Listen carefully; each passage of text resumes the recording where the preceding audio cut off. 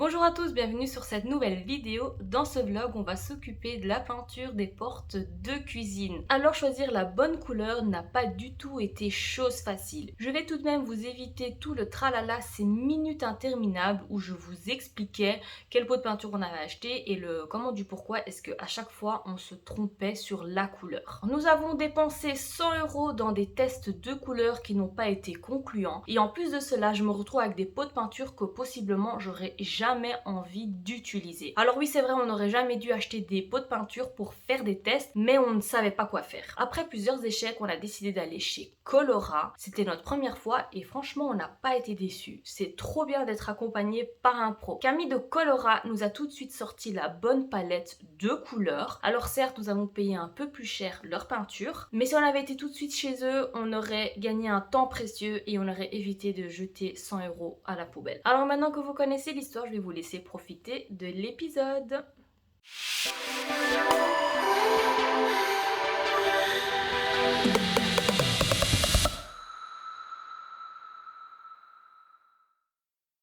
Les amis, nous revenons de chez Colora, donc un magasin de peinture spécialisé dans la peinture, et nous avons été servis par Camille. Elle nous a hyper bien conseillé. Franchement, elle a vraiment pris tous les détails en compte. Elle nous a demandé de ramener un échantillon du carrelage, du plan de travail et également d'une porte pour voir quelle qualité de porte que c'était. Donc on a pris 4 échantillons ici, 4 testeurs pardon, donc 4 petits pots de 0,25 litres et nous avons donc 4 couleurs. En fait ça il ne faut même plus regarder, on doit mettre ça de côté. Alors, pourquoi 4 couleurs? En fait, c'est par combinaison de 2 couleurs. Pourquoi? Parce que, déjà premièrement, pour commencer, elle nous a conseillé de peindre les murs. Et elle nous a conseillé de faire 2 couleurs différentes sur les meubles bas et sur les colonnes. Et donc, de faire la même couleur mur et colonne. On est déjà plus confiant. Alors oui, l'erreur que nous avons fait depuis le début, c'est que nous avons à chaque fois pris des couleurs où il y avait de la teinte bleue dedans. Et en fait, ça ne va pas parce qu'il n'y a pas du tout du bleu dans ce plan de travail. C'est plus vers le jaune, vers le beige. On est quand même resté sur du assez vert parce qu'on voulait garder quand même notre idée de base parce qu'elle nous a carrément conseillé une peinture, donc du vert qui tirait vers le jaune. Mais on a dit qu'on ne voulait pas. Donc on est quand même resté sur du vert, mais vraiment sur une couleur verte vraiment adaptée à notre projet. Donc on va déjà venir tester ces 2 combinaisons de couleurs et on revient vers vous plus tard. Tu partirais sur quelle couleur toi? Je sais pas. Parce que Je suis curieuse, positivement curieuse. Écoute, pour une fois, la couleur de la peinture correspond à la couleur de la palette. Ok les gars, on a déjà testé 3 couleurs sur 4. Alors, au début, on était vraiment déçus parce qu'on avait commencé par celui-là. J'avais dit à John, écoute John, il va bien avec le marbre. tu vas bien avec mon t-shirt. Il va bien avec le plan de travail. Ok, mais quand on l'a exposé ici, on n'a pas du tout aimé. C'est du vert kaki, on n'a pas aimé. Puis on a essayé la deuxième couleur. Et on aime bien, les amis, on aime bien.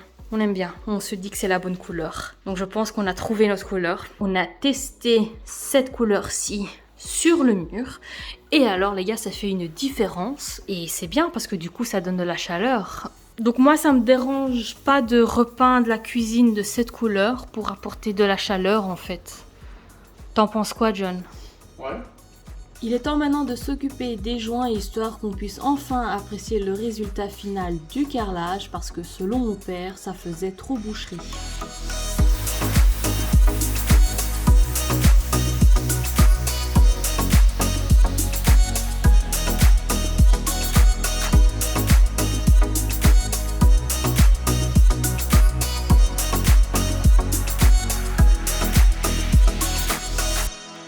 On vient d'avoir mon père au téléphone, donc on lui a envoyé des photos et alors il dit que il préfère celui-là. Je sais pas. Écoutez, quoi qu'il en soit, les couleurs sont belles. Toi aussi tu préfères celui-là? Ouais. Ouais? Tu veux quelque chose d'original? Ouais, qui change, parce que ça, c'est peut-être un peu trop clair. Ça c'est trop sage. Ouais, voilà, Ouais. c'est trop... Je pense que vu que c'est clair là, ce sera bien peint. Les gars, il faut imaginer que ce vert très clair viendrait donc ici, sur le contour, ici. Mais je trouve ça très joli en fait. Ah là là les amis, on est contents. Sur ce, on va rentrer, on va manger, on va dormir. Et demain, on va, je pense, commencer à nettoyer toutes les portes et on va aller acheter nos pots de peinture chez Colora.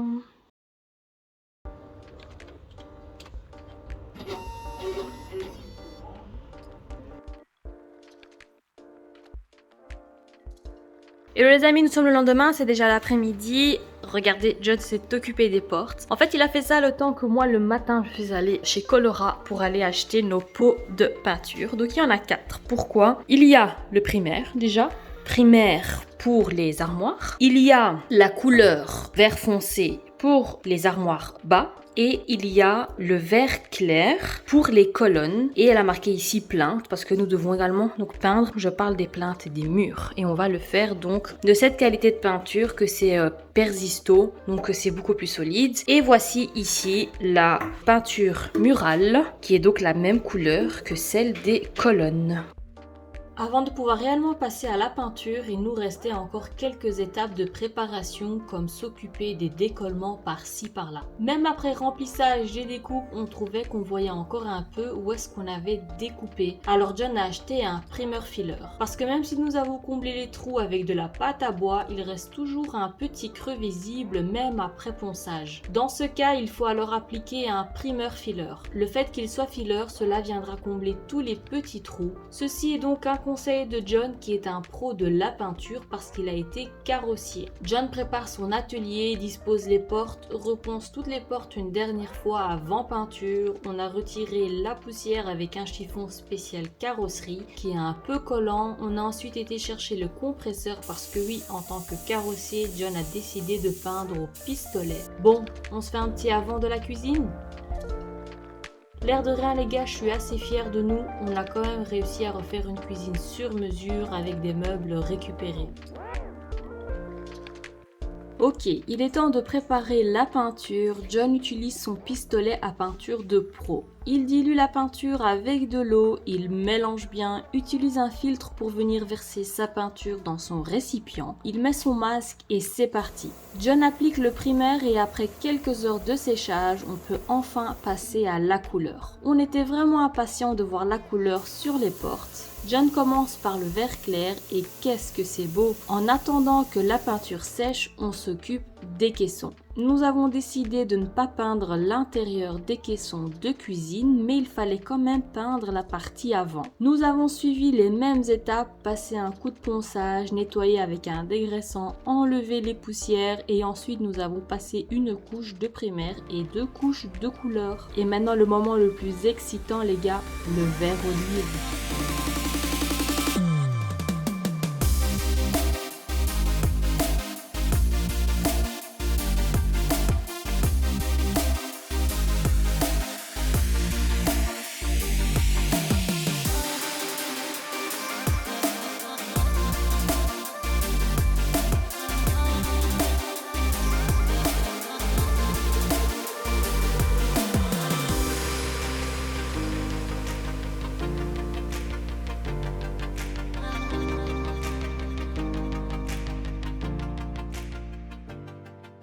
Nous sommes le lendemain, les portes sont sèches et regardez au petit matin la belle lumière que Mother aura dans son salon avec les jolies ombres que font ici les croisillons.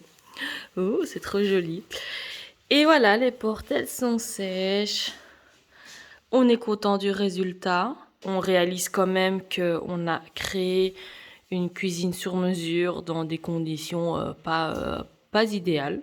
Donc non, on ne peut être que content et satisfait de notre travail et principalement bien évidemment celui de John.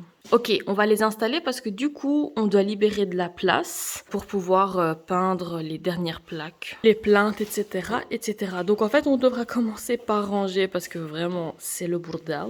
Et puis on va commencer à installer tout ça.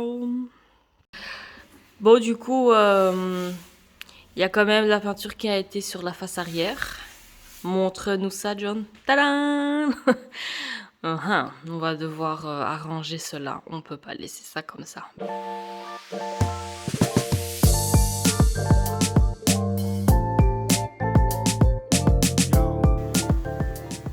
Il était temps de passer à la deuxième et dernière partie. On n'a pas su tout peindre d'un coup par manque de place. On ponce, on dégraisse, on enlève les poussières et on peint. D'abord le primaire, ensuite 2 couches de vert clair et de vert foncé. Bah oui, pourquoi faire simple quand on peut faire compliqué? Le fait d'avoir choisi 2 couleurs, cela nous a donné 2 fois plus de travail. Pour la peinture au pistolet, cela signifiait qu'on devait nettoyer le pistolet 2 fois plus et il y avait 2 fois plus de temps d'attente de séchage. Ici, on a décidé de le faire au rouleau parce que ça ne valait pas la peine de le faire au pistolet et ça a super bien fonctionné également. Donc pour ceux qui nous regardent, sachez que le pistolet n'est pas indispensable. Vous vous souvenez du avant? Et tadam! Voici le résultat.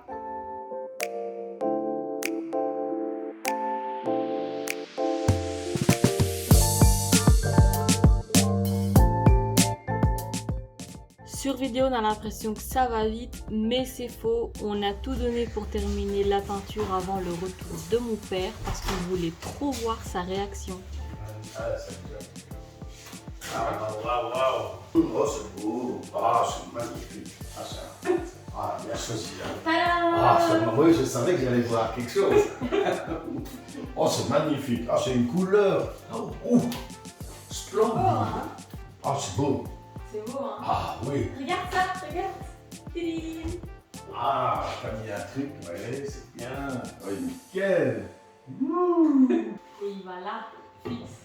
Ah, nickel! Bah, dis donc! Oh, c'est beau! Oh, j'adore! C'est magnifique! Vous avez bien travaillé, les gars! Ah, j'aime beaucoup le vert foncé, hein. Le clair aussi, hein, mais je sais pas, c'est chic. C'est chic. Magnifique, hein? Oh, vous avez travaillé toute la semaine. Ouais, mais en fait, on a l'impression d'avoir pas fait grand chose, mais ça prend du temps tous les deux. Oh là là. Ça nous a pris un temps fou, tu vois. Et ici, papa. Et vous avez fait ça superbement comme un pro. Ouais, hein. C'est beau, hein? Ouais, John, c'est un pro. Ah ouais. Ouais. Ah ouais. Voilà, papa, comme ça tu sais, on a ta réaction sur caméra. Ah oui, j'ai compris, hein? Mon père s'occupe de peindre les murs avec la même couleur que celle des colonnes. C'est fou comment cela apporte de la chaleur à cette pièce.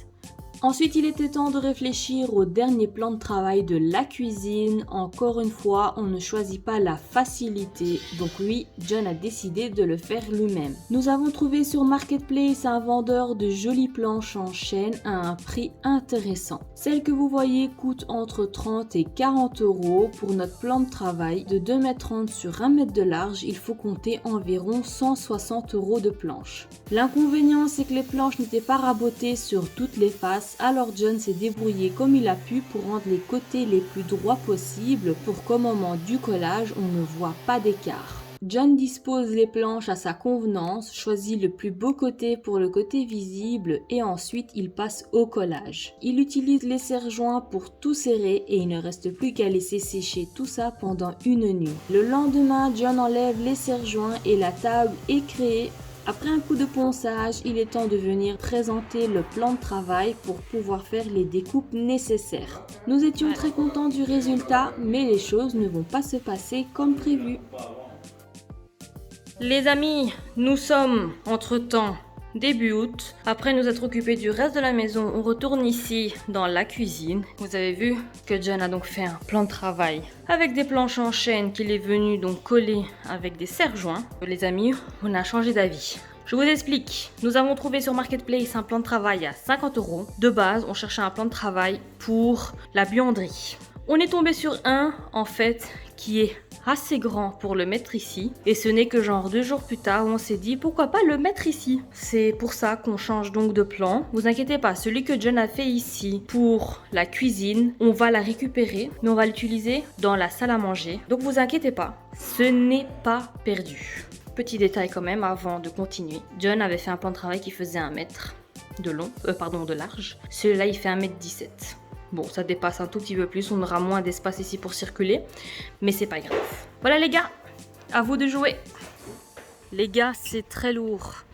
John et moi, nous sommes partis le chercher à deux. La dame nous avait prévenu que c'était lourd, mais bon, on pensait que, voilà. Moi, je croyais que j'étais plus forte qu'une femme, tu vois. Et ben en fait, elle avait raison. C'est effectivement très très lourd. Donc Xina font pas de la gnognotte. Voici les gars, le magnifique plan de travail. On est trop contents en fait. Oh. Il fait donc 1,17 sur 2,74. Voilà le plan de travail que John avait fait. Il n'est pas perdu. Il sera pour la salle à manger. Oh les gars, on est trop contents. C'est magnifique. Et je suis en fait très contente qu'on change d'idée, qu'on va mettre le plan de travail parce que ça c'est un plan de travail de cuisine et on sent qu'il est vraiment solide quoi. Ça va tenir beaucoup plus dans le temps. Alors que l'autre, bon évidemment on allait mettre un vernis à l'époxy, mais ça, il n'y a rien de mieux. Je suis trop contente. 50 € les gars. Ici j'ai 5. Je sais pas ces mettre. Ouais, il faut qu'on rajoute là-bas 11. Attendez, j'ai 11, 2, et là j'ai... Voilà les gars, donc le fameux plan de travail que John a donc fait avec les planches en chêne. Et en fait, on n'avait pas d'autre choix ici, qu'on était trop court. On n'avait pas d'autre choix parce qu'on n'avait pas des planches plus grandes que ça. Mais là, le plan de travail est plus grand, donc on va pouvoir aller jusqu'au bout. Et ce qui est génial également, c'est qu'on aura... Enfin, quoi qu'ici aussi, on comptait le faire, mais à cause de lui, on ne savait pas comment faire, etc. C'est qu'on va évidemment continuer le même plan de travail ici. Et on en a assez, donc trop bien. 1, 2, 3. On tourne.